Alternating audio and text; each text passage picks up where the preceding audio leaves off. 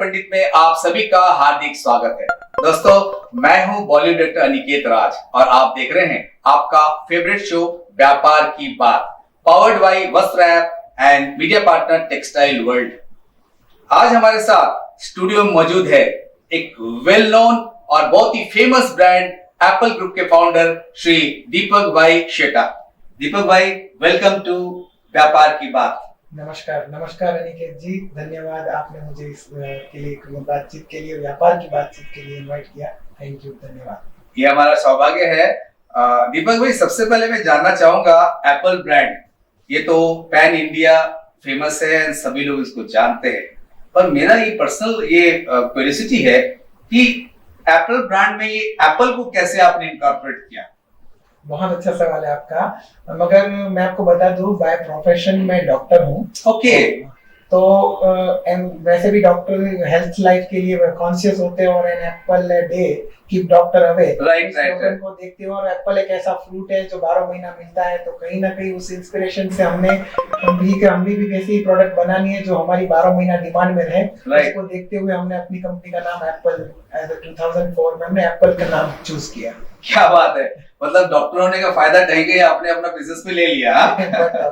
बहुत अच्छा। मैं आपको डॉक्टर साहब बोलूं या दीपक भाई बोलूं? नहीं, दीपक भाई बोला। Okay, great. दीपक भाई, एप्पल ग्रुप का फॉर्मेशन आपने बताया 2004 में आपने किया, फिर आगे का सफर और किस प्रोडक्ट को लेके आगे बढ़े आप? यस, बहुत अच्छी बात है। 2004 में एक्चुअली में हम जिस फील्ड से आ रहे थे, बेसिकली मेरा ये फर्स्ट जनरेशन बिजनेस था। तो फादर डायमंड बिजनेस में थे और मेरी फैमिली से कोई टेक्सटाइल में नहीं था। तो जब भी मैंने टेक्सटाइल में एंट्री लिया, मेरे लिए बहुत नया मार्केट था, नया सिटी था। बेसिकली हम सौराष्ट्र से थे, तो भावनगर से हम सूरत आए। तो 2004 में हमने ये टेक्सटाइल बिजनेस एप्पल के नाम से स्टार्ट किया और तब हम वीविंग इंडस्ट्री से स्टार्ट हुआ। हमने वीविंग करना चालू किया, ऑर्डिनरी लूम्स का एक यूनिट परचेज करके हमने उसमें वीविंग से अपनी जर्नी स्टार्ट की। फिर वीविंग के अंदर हमको पता चला कि अभी सूरत के अंदर कपड़ों की इतनी डिमांड है कि आप बहुत अच्छा स्कोप है। और सूरत एक अलग दौर से गुजर रहा था जब कपड़ों की डिमांड डे बाय डे बढ़ती जा रही थी। मीनवाइल हमको पता चला कि कहीं ना कहीं वीविंग में स्कोप तो है, मगर कंपटीशन भी बहुत है। कॉस्ट कटिंग और रीजनेबल रेट में कपड़ा हम सूरत मार्केट को या इंडिया मार्केट को दे पाए, इसलिए हमने कॉस्ट कटिंग के लिए हमने चाइना से यान सोर्स करना चालू किया। Okay, great. उस टाइम पे मैं ऑलमोस्ट अप डाउन मोड में 3 साल चाइना रहा और हम वहां से यान इंपोर्ट करके यहाँ सूरत मार्केट में लाके बेचना चालू किया और हमारी यूनिट पे भी यूज होता था और बाहर भी यान बेचते थे। तो यान के दौर में चाइना ने हमारी जर्नी में पता चला कि चाइना की टेक्सटाइल इंडस्ट्री को देखने का मौका मिला, उसकी सोच को देखने का मौका मिला और उसको देखते हुए यहाँ पे हमने काफी चीज वहां से इम्प्लीमेंट की और अपने वो काम हुआ। 2008 में डेट के एंड में लगभग एंटी डंपिंग ड्यूटी लग गई। क्योंकि गवर्नमेंट ने ये सोचा, कहीं ना कहीं मोदी साहब के साथ बहुत सारी प्रपोजल गई थी, तो ये सोचा कि भाई लोकल इंडिया की जो कंपनीज है उनको बढ़ावा और प्रमोशन मिलना चाहिए ताकि बाहर का यान यहाँ डंप ना हो। अच्छा डिसीजन था, उन्होंने हमको भी नई राह दिखाई और हमने ये सोचा कि अब वहां पे एंटी डंपिंग ड्यूटी के कारण यान महंगा आने लग गया चाइना का। तो लोकल कंपनियों ने अपना एक्सपांशन बढ़ाया और यहाँ लोकल यान बेचना हमने चालू कर दिया और हमको पता चला कि अभी बाहर का यान नहीं आएगा, तो हमने अपना फोकस जो है वो फिनिश गारमेंट की ओर डाइवर्ट किया। क्या मतलब साड़ीज में आ गया? हाँ। उसके बाद में हम ग्रे कपड़ा बेच देते थे, उसकी जगह पे हमने उसको डाइंग और प्रिंटिंग करके साड़ीज बनाना चालू किया और साड़ीज मैन्युफैक्चरिंग में अपना कदम 2008 से रखा। 2008 में हमने मिलेनियम में छोटी सी दुकान से जर्नी स्टार्ट की और साड़ी के बिजनेस को, साड़ी के व्यापार को अपने ऑल ओवर इंडिया की डीलर डिस्ट्रीब्यूशन के माध्यम से फैलाना चालू किया, जो कि आज हालांकि 1500 लोगों का कंपनी में स्टाफ है। क्या बात है। टोटल जो मैन्युफैक्चरिंग प्रोसेस है उसके अंदर हम फॉरवर्ड और बैकवर्ड दोनों इंटीग्रेशन करते गए, जिसमें शूटिंग में जो चीज यूज होती थी, बॉक्स यूज होता था, बैग यूज होती थी, उसकी हमने अपनी फैक्ट्री डाल दी। यान पे ये जो ग्रे यूज होता था उसकी फैक्ट्री डाली, उसके लिए जो यान जब उसके अंदर वैल्यूडेशन करनी पड़ती थी उसकी फैक्ट्री डाल दी। तो कहीं ना कहीं पूरी चैनल के अंदर इन हाउस प्रोसेस की वजह से हम काफी अपनी प्रोडक्ट को इम्प्रूव कर पाए और टिल टुडे भी आज भी इम्प्रूवमेंट चालू है। अभी तो बहुत कुछ करना बाकी है, मगर वो इम्प्रूवमेंट के दौर से चलते हुए ये कम से कम 18 साल मेरे इस बिजनेस में इस तरह से गुजरे। क्या बात है। जहां तक पता है कि डिजिटल प्लेटफॉर्म को आपने काफी अच्छी तरीके से यूज किया। अगर मैं बात करूं एप्पल ब्रांड की, तो आप ये साड़ी मैन्युफैक्चरिंग के बाद कैसे डिजिटल प्लेटफॉर्म को यूज करना शुरू किए आप एप्पल ब्रांड के लिए? राइट। एप्पल ब्रांड में हमने साड़ी की डिस्ट्रीब्यूशन चैनल को तो ऑल ओवर इंडिया होलसेलर और रिटेलर के माध्यम से पहुंचाया ही था, मगर सूरत जैसे जब हम सूरत में आए ना, तब भी सूरत एक दौर से गुजर रहा था। कि तब एक टाइम पे मिलों में कपड़ा छपता था, प्रिंटेड साड़ी के लिए बहुत वेल नोन ब्रांड सूरत में अवेलेबल थी, वो कपड़ा का कारोबार में दबी हुई थी। तभी एम्ब्रॉयडरी का युग आया और एक बहुत बड़ा एम्ब्रॉयडरी का युग आया और एम्ब्रॉयडरी की दुनिया में सूरत ने एक नया आयाम लोगों को दिया और इंडस्ट्री को भी नई पहचान दी। उसके बाद में 2014 में जो आप डिजिटल प्लेटफॉर्म की बात कर रहे हो, उस टाइम पे एक और दौर चालू हुआ जो एम्ब्रॉयडरी के थ्रू कस्टमर तक जो माल पहुंचता था, कस्टमर तक जो सूरत की साड़ियां, सूरत के ड्रेस मटेरियल्स जो पहुंचते थे, उसकी जो सप्लाई चेन थी, उसके अंदर एक नया मोड चालू हुआ। और उसके अंदर वो मोड में उसमें भी अपने प्रधानमंत्री नरेंद्र मोदी साहब जी है, उन्होंने डिजिटल प्लेटफॉर्म को इतना बढ़ावा दिया जब कि उन्होंने बताया कि डिजिटल प्लेटफॉर्म स्टार्टअप्स, उसको आप जितना ग्रो करके यूज करोगे तो हम ग्लोबल कंपटीशन में अपना नाम और अपना काम आगे कर पाएंगे। तो उसकी सोच को देखते हुए हमने भी उस चीज को थोड़ा सीरियस लिया। कस्टमर डिजिटल क्यों नहीं आना चाहते और डिजिटल कैसे आएंगे, उसका बहुत डीप स्टडी करके हमने डिजिटल प्लेटफॉर्म पे अपनी प्रेजेंस चालू की। ऑफलाइन प्रेजेंस तो हमारी मीनवाइल थी, मगर हमने एक अलग सेटअप रेडी किया, एक अलग नाम से काम चालू करना, क्योंकि एप्पल ब्रांड को हम डिजिटली कैसे इंप्रूव कर सके, उसके लिए हमने बहुत सारी R&D की, उसके लिए काफी चीजों, कस्टमर के बिहेवियर को सेंस करने की ट्राई की। बीच में इंटरप्ट करना चाहूंगा कि कस्टमर के बिहेवियर को कैसे आपने एनालाइज किया? राइट, बहुत अच्छा सवाल है।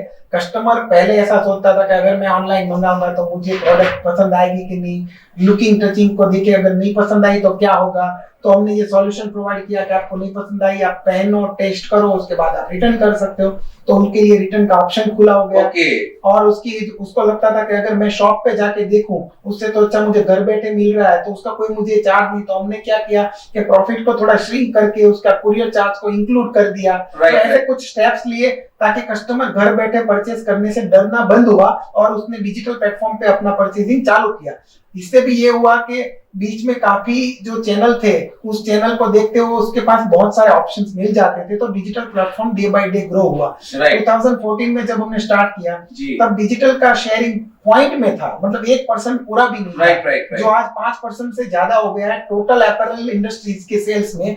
आज 95% ऑफलाइन है, 5% ऑनलाइन का स्टेक हो गया है। और आने वाले टाइम में वो 22% तक होगा, 2-3 साल में ही 20-22% तक ये ग्रो करेगा। तो डिजिटल प्लेटफॉर्म की उस अपॉर्चुनिटी को हमने कैच करने की ट्राई की। मीनवाइल 2014 से लेके आज तक हमने अपनी जो जर्नी है वो डिजिटल प्लेटफॉर्म पे बढ़ाने की ट्राई की। क्या बात है, क्या बात है दीपक भाई, मुझे इस बात की बहुत खुशी है कि आपने डिजिटल प्लेटफॉर्म को न सिर्फ यूज किया बल्कि उसकी डिटेलिंग में आप गए।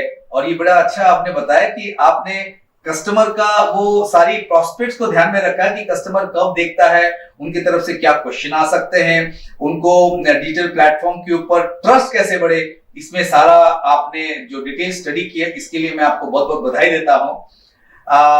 ये बताइए मुझे कि आज सूरत टेक्सटाइल इंडस्ट्री में काफी लोग के मन में ये रहता है कि कुछ नया प्रोजेक्ट डाले, चाहे वो एम्ब्रॉयडरी मशीन की हो या साड़ीज की प्रोडक्शन की हो या और भी कोई सेगमेंट के प्रोडक्शन की बात हो। पर मुझे कुछ लोगों से ऐसा लगा कि वो थोड़ा दुविधा में है कि भाई फ्यूचर टेक्सटाइल इंडस्ट्री का कैसा है। तो आप क्या कहना चाहेंगे? मैं चाहता हूं कि हमारे सभी जो दर्शक है सुन रहे हैं इस इंटरव्यू को, उनको आप बताएं। यही सर सबसे अच्छा सवाल आपका यही है, क्योंकि सूरत में तो हर व्यापारी की, हर इंडस्ट्रियलिस्ट की आज वही कहानी है कि सब लोग सूरत में आए तब कुछ नहीं था और सब लोगों की जर्नी यही रही है।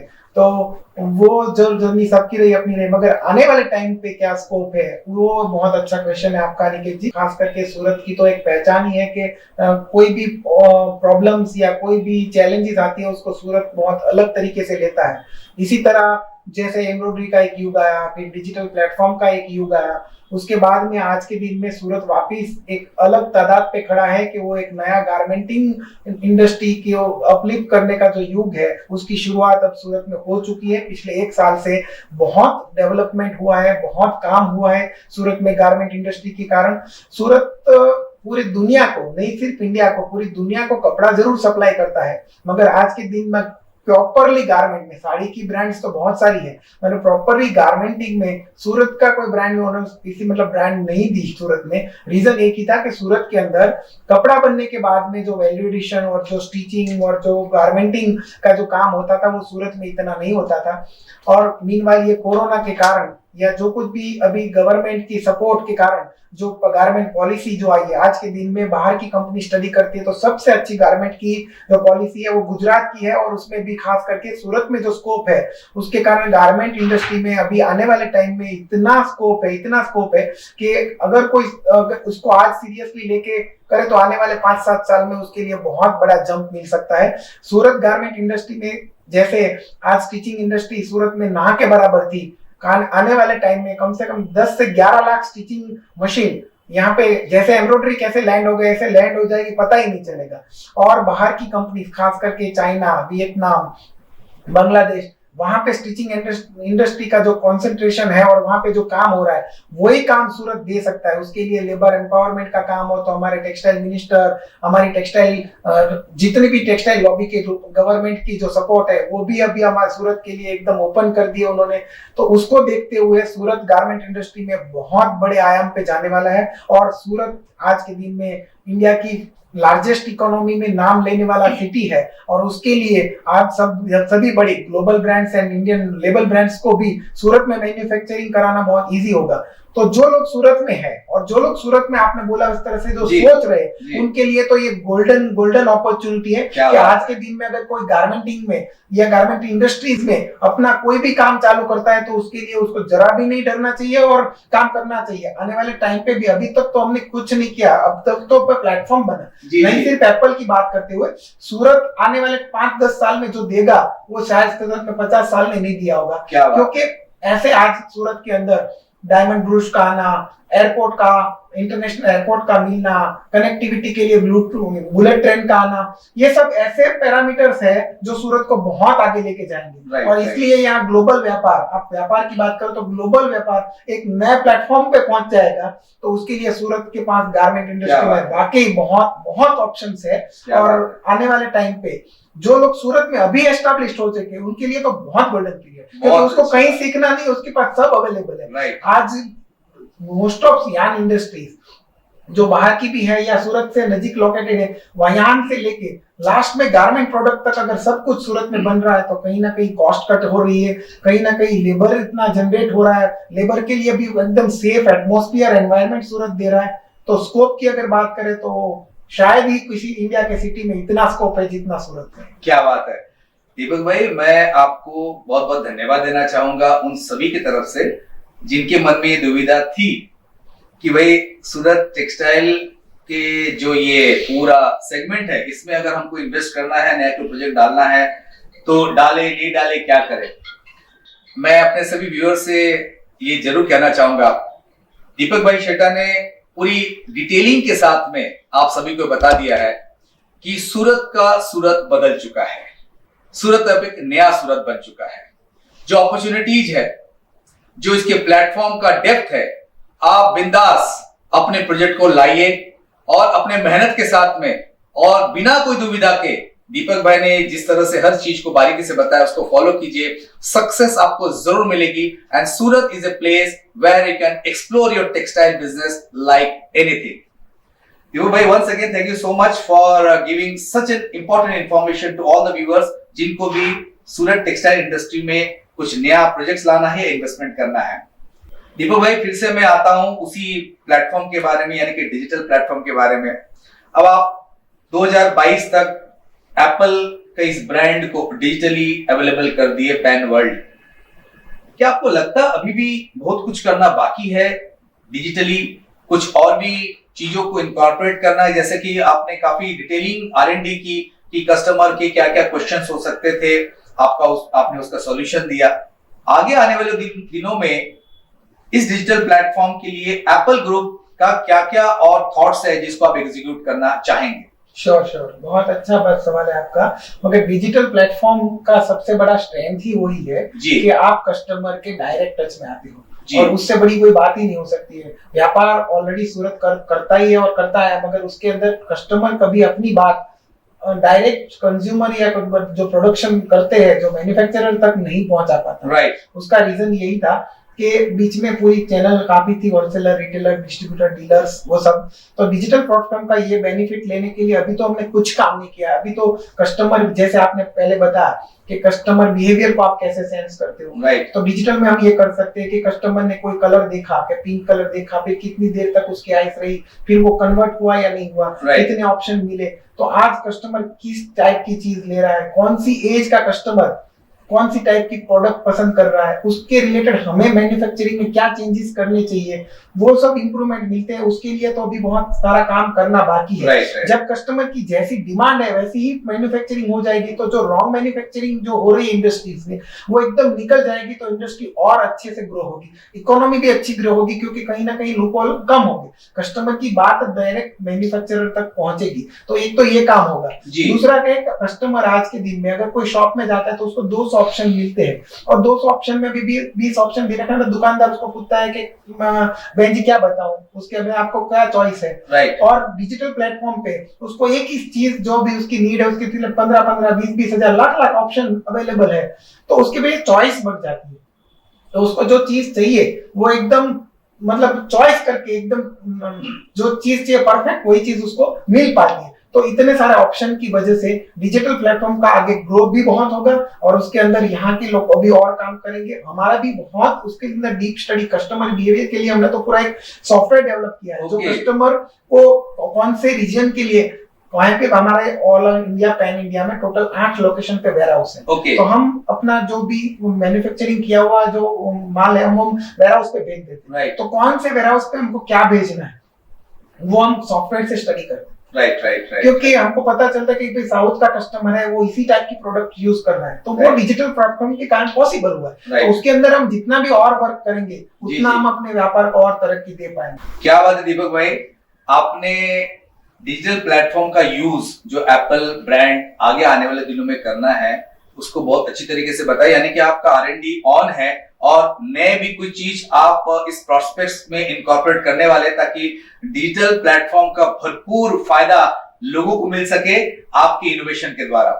और मैं एक बात जरूर कहना चाहूंगा कि बीइंग ए डॉक्टर, आपका जो मनोविज्ञान की जो नॉलेज है इसका आपने भरपूर उपयोग किया, क्योंकि आपने काफी बार मैंने देखा, नोटिस किया कि आप कस्टमर के मन की बात को आपने पकड़ने की कोशिश की, चाहे कलर की बात हो या उसकी जो रिक्वायरमेंट की बात हो, उसके मन में जो क्वेश्चन आता है।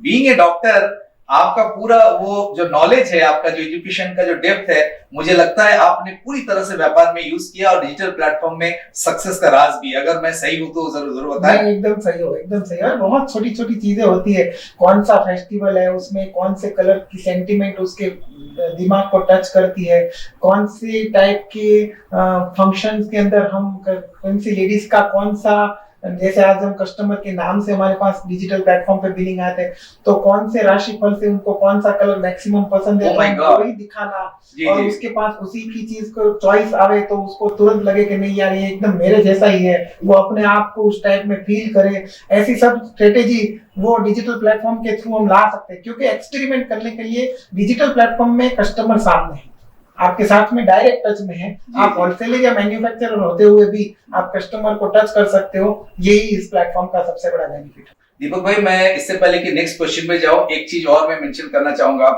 आपने न सिर्फ साइकोलॉजी पे वर्क किया, बल्कि आपने और भी बाकी जो सेगमेंट है उसको भी आपने छोड़ा नहीं, यानी कि न्यूमरोलॉजी की बात करूं, मैं एस्ट्रोलॉजी की बात करूं, इसका भी बिजनेस में कितना इंपैक्ट होता है। छोटी छोटी चीज है, पर आपने बहुत ही मेटिकुलसली इस पे वर्क किया, और कहीं ना कहीं इस आपकी वर्किंग से आपको बिजनेस में फायदा मिल रहा है। आप लोगों की मेंटेलिटी को समझ पाए, न्यूमरोलॉजी में जो जाते हैं या एस्ट्रोलॉजी में जाते हैं। Once again I must congratulate you for your this big platform of Apple Group and being getting the success day by day. Deepak भाई, अब मैं ये जरूर जानना चाहूंगा, सभी लोग जानना चाहते हैं आपसे, जो भी इस खूबसूरत इंटरव्यू को देख रहे हैं, आपके तरफ से मैं ये सवाल दीपक भाई से करना चाहूंगा कि Apple brand, it's an international brand now, and if I से कि सूरत में जितने भी ब्रांड है उसमें से एक एमिनेंट ब्रांड एप्पल ब्रांड के नाम से लोग जानते हैं। क्या सक्सेस रहा आपका, अगर मैं 3 पॉइंट्स में जानना चाहूँ तो? बहुत अच्छा सवाल है। किसी भी सक्सेसफुल ब्रांड्स का कोई ना कोई कोर सिद्धांत तो होता ही है कि जिसके कारण उनको सक्सेस मिली है। और हमने भी, जैसे मैंने मेरी बातों में बताया है कि जो कुछ कोर वैल्यूज है जो हमने कस्टमर को देने के लिए, कस्टमर को एक्सपीरियंस देने के लिए, कस्टमर को वैल्यू फॉर मनी देने के लिए, जो मेन प्रोडक्ट की क्वालिटी, उस क्वालिटी को ध्यान में रखते हुए हमने कभी भी क्वालिटी कॉम्प्रोमाइज नहीं की। तो क्वालिटी एक वैल्यू थी जो हमने कस्टमर को दे के अपनी ब्रांड्स को बिल्ड करने में या अपने उसको सही एक्सपीरियंस देने में उसको यूज किया। राइट। और दूसरा बात है कि जो अपनी बिजनेस सक्सेस में हमने सबसे ज्यादा ट्रस्ट किया हमारी टीम को बिल्ड करने में, टीम के ऊपर डिसीजंस कर, टीम को ग्रो करने में। हम कई बार बोलते हैं कि हम कपड़ा नहीं बेचते, क्योंकि हमने कभी सेल्स करने, हम दरवाजे मतलब डोर टू डोर नहीं जाके हमने टीम बिल्ड की। उस टीम के कारण हमने कपड़ा नहीं बनाया, हमने कपड़ा बेचने वाले बनाए। क्या बात है, क्या बात है, बहुत बड़ी बात। हाँ, तो वो चीज को ध्यान में रखते हुए हमने अपनी टीम को इतना एजुकेट किया कि जिसके कारण अगर वो एप्पल ब्रांड को रिप्रेजेंट कर रहा है तो उसको हर जो कस्टमर, हर हमारा रिटेलर, हर हमारा होलसेलर जो उनके साथ में टच में आ रहा है, उनको वो एप्पल ब्रांड का जो फीलिंग, जो एक्सपीरियंस हम देना चाहते हैं वो हमने देने की कोशिश की। तो ना हमने क्वालिटी छोड़ी, ना हमने उसका एक्सपीरियंस पे कॉम्प्रोमाइज किया, और हमने टीम बिल्डिंग के अंदर उसको एजुकेट करने में हमारी एनर्जी को डाइवर्ट किया। और खास करके कॉस्ट कटिंग पे हमने बहुत ध्यान दिया कि हमने बैकवर्ड और फॉरवर्ड इंटीग्रेशन किया ही इसलिए। हो सकता है कि हमारे से ज्यादा टर्नओवर वाले ब्रांड्स थे सूरत में, अगर हम इसको व्यापार को और बड़ा करना चाहते तो कुछ हद तक कर सकते थे, मगर उसमें कस्टमर के एक्सपीरियंस को वर्क करने के लिए हमें कहीं ना कहीं डिपेंडेंट रहना पड़ता। किसी का माल लेके हमको उसके अंदर वैलिडेशन करके बेचना पड़ता, उसमें हमारी वो सेटिस्फेक्शन वाला जो पॉइंट है, जो एक्सपीरियंस वाला पॉइंट है, वही कहीं नहीं कर पाते थे। इसलिए हमने बैकवर्ड फॉरवर्ड इंटीग्रेशन किया कि कहीं ना कहीं यान हमने ऐसा डेवलप किया कि जिसकी नीड थी, और यान से लेके हर वो चीज हमने इन हाउस बनाई ताकि हम जो फाइनल एक्सपीरियंस हम डिलीवर करना चाहते हैं कस्टमर को, वो हम डिलीवर कर पाए। इसलिए हमने फॉरवर्ड और बैकवर्ड इंटीग्रेशन से प्रोडक्ट की कॉस्ट को कंट्रोल करने के लिए बहुत ध्यान दिया। ये हमारी सक्सेस का मेन रीजन है। क्या बात है, क्या बात है दीपक भाई। दीपक भाई, आपके इस सक्सेस के पॉइंट से मैं अगर कुछ आपके स्लोगन को मैं समझ पाया हूं, वो ये है कि एप्पल ब्रांड कपड़ा नहीं बनाते हैं बल्कि कपड़ा बेचने वाले बनाते हैं। Am I right? राइट। दोस्तों, ये बहुत ही इंटरेस्टिंग है, बहुत ही पावरफुल, मीनिंगफुल स्लोगन है एप्पल ब्रांड का। ये मेरी तरफ से बता रहा हूं, जो उन्होंने अपना बताया सक्सेस का राज। एप्पल ब्रांड कपड़ा नहीं बनाते हैं, या यूं मैं कहूं कि एप्पल ब्रांड सिर्फ कपड़ा नहीं बनाते हैं बल्कि कपड़ा बेचने वाले बनाते हैं। बहुत इंटरेस्टिंग है, बहुत डेप्थ है, बहुत मीनिंग है। इस एप्पल ग्रुप के इस सक्सेस का राज को आप जरूर समझने की कोशिश कीजिएगा।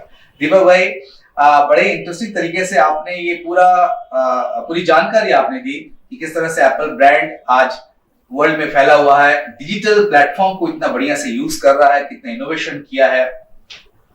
अब मैं साथ साथ ये जानना चाहूंगा कि आज हमारी जो ये व्यापार की बात, ये हम इंटरव्यू कंडक्ट कर रहे हैं सारे हमारे व्यूअर्स के लिए, तो बोनारो ब्रांड पंडित का ये डिजिटल प्लेटफॉर्म आपको कैसा लगा और क्या कहना चाहेंगे? बहुत अच्छा है आपका जो बात है। एक्चुअल में आज जो मैं आपके सामने बैठा हूँ जी, और मेरी बात आपने अपने व्यूअर्स के पास पहुंचाई, उसका जो प्लेटफॉर्म है जी, तो उस पहले प्लेटफॉर्म में हमने बात ही डिजिटल प्लेटफॉर्म की जी, डिजिटल प्लेटफॉर्म के कितने फायदे हैं जी, तो वही प्लेटफॉर्म बोनारो ब्रांड पंडित का है कि उसी प्लेटफॉर्म के थ्रू आप अपने व्यूअरों का फायदा, अपने व्यूअरों की चीज और अच्छा नॉलेज उनको डिलीवर कर सकते हैं। इससे बढ़िया तो क्या बात हो सकती है कि ये डिजिटल प्लेटफॉर्म आप जो कर रहे हो वाकई बहुत मतलब काबिल तारीफ। उसमें भी आपने जो ये व्यापार की बात वाला जो स्लोगन दिया है, यानी कि माइंड ब्लोइंग है, क्योंकि आज किसी को इंटरेस्ट है तो क्यों उसके सामने अपने व्यूअर्स अपना आपके, आज डिजिटल प्लेटफॉर्म पे इतने सारे ऑप्शन है कि लोग मतलब व्यापार की बात एक सुन के उनको तुरंत ऐसा होता है कि नहीं, इसमें मैं भी तो व्यापार करना हूँ, मेरे काम की कुछ बात। बिल्कुल। तो वो बात से उसको जो अपनापन लगता है, वो बहुत अच्छा स्लोगन है और उसके काबिल तारीफ। थैंक यू सो मच दीपक भाई, आज आप हमारे व्यापार की बात इस टॉक शो में आए और बोनारो ब्रांड पंडित के स्टूडियो में इंटरव्यू में आप शरीक हुए। आपको बहुत बहुत धन्यवाद। थैंक यू अनिकेत जी, आपने बोनारो ब्रांड पंडित के इस प्लेटफॉर्म पे मुझे इनवाइट किया और खास करके अपने व्यूअरों के साथ में बात करने का जो मौका दिया, उसके लिए खूब खूब धन्यवाद। बोनारो ब्रांड पंडित का जो आगे का जर्नी है उसको खूब ग्रो करे, खूब दिल से एप्पल ग्रुप और एप्पल परिवार की ओर से शुभकामनाएं। क्या बात है, थैंक यू सो मच। दोस्तों, ये थे आज के हमारे खास मेहमान, the founder of well known, established and world famous brand Apple Group के founder none other than Mister Deepak Sheta. Keep watching Vyapar Ki Baat and stay tuned with Bonaro brand Pandit. सभी दर्शकों को बहुत बहुत धन्यवाद। नमस्कार।